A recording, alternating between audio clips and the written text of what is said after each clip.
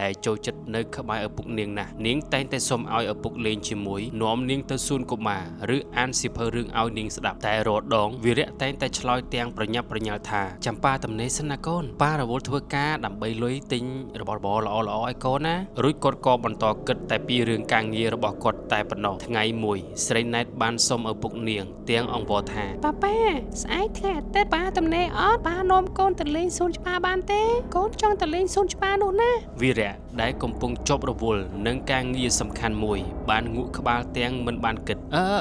ចាំប៉ានាំកូនទៅអត់អីទេចាំប៉ានាំទៅណាស្រីណែតរីករាយណាស់នាងបានត្រៀមរៀបចំទុកមួកនិងប្រដាប់លេងសម្រាប់ទៅសួនច្បារប៉ុន្តែព្រឹកថ្ងៃអាទិត្យវីរៈបានទទួលទូរស័ព្ទដៃពីដៃគូជំនួញទៅប្រជុំជាបន្ទាន់ដោយគិតថាវាគឺជារឿងសំខាន់សម្រាប់មុខរបរគាត់ក៏បានប្រាប់ទៅប្រពន្ធថាអូនប្រាប់ស្រីណែតថាបងរវល់ប្រជុំថ្ងៃនេះចាំថ្ងៃក្រោយចាំបងនាំស្រីណែតទៅលេងណាប្រពន្ធរបស់គាត់បានមើលមុខគាត់ទាំងមិនពេញចិត្តតែក៏មិនបាននិយាយអ្វីស្រីណែតខកចិត្តជាខ្លាំង